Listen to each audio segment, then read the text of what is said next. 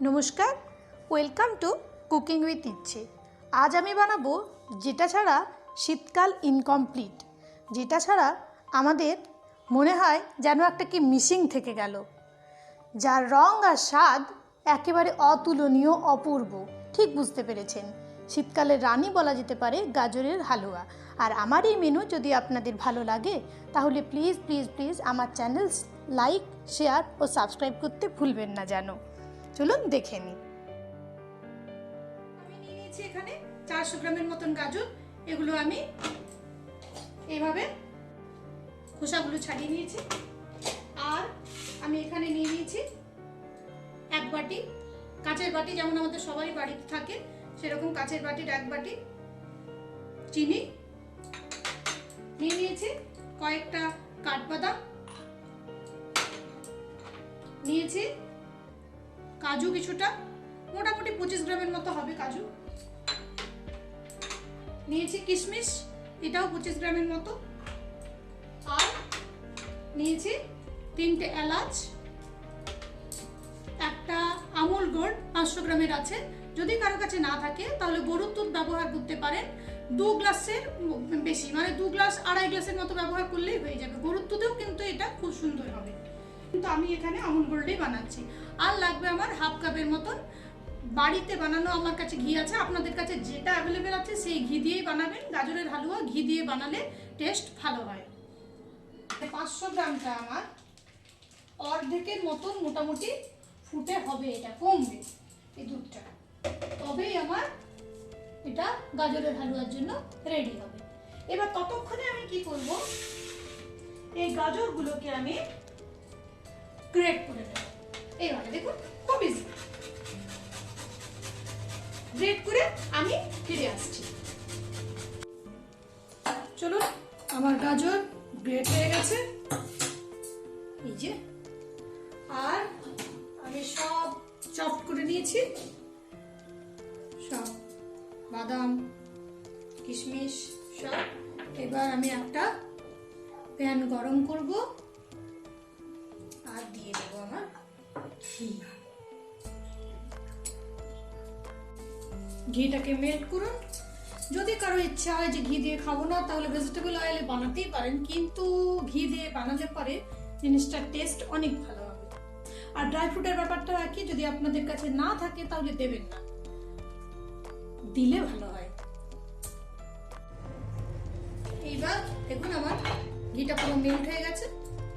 এবার আমি দিয়ে দিচ্ছি গাজর, আর গাজরটাকে ভালোভাবে আমাকে ভেজে নিতে হবে। এটা কিন্তু খুবই ইম্পর্টেন্ট একটা ব্যাপার এই রান্নাটার জন্য, তাহলে ঘিয়ের গন্ধটা গাজরের মধ্যে অ্যাবজর্ব হবে আর খেতে দারুণ টেস্টি হবে।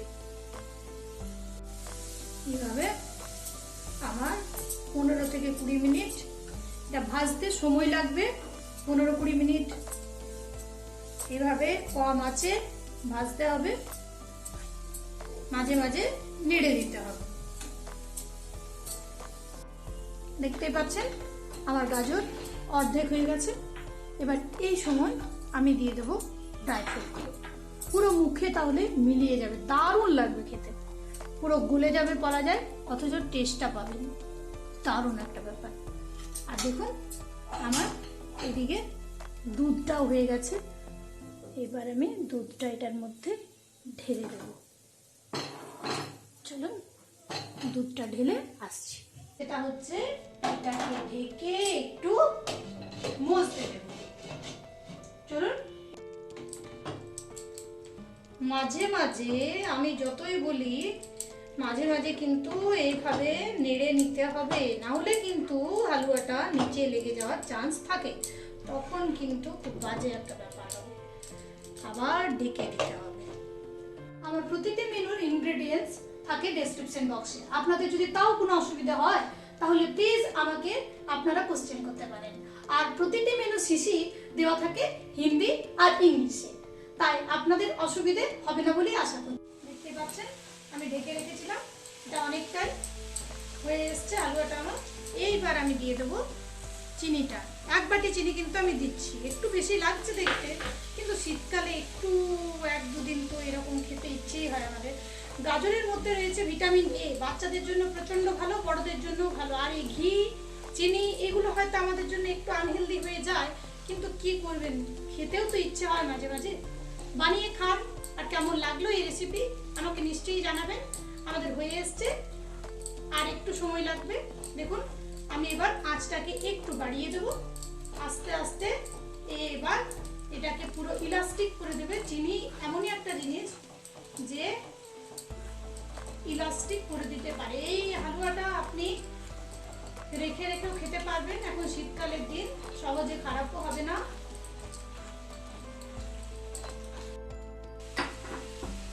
হয়ে গেছে আমার।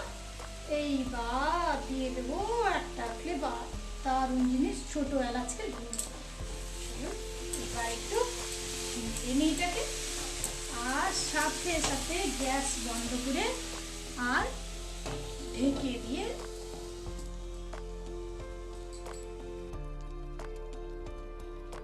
দেখুন পুরো রেডি।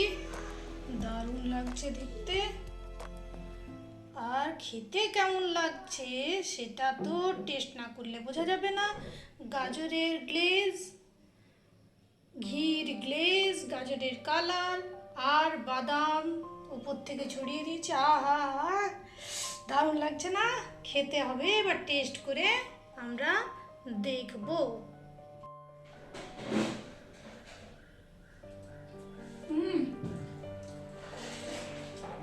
অপূর্ব। বানিয়ে আমায় জানান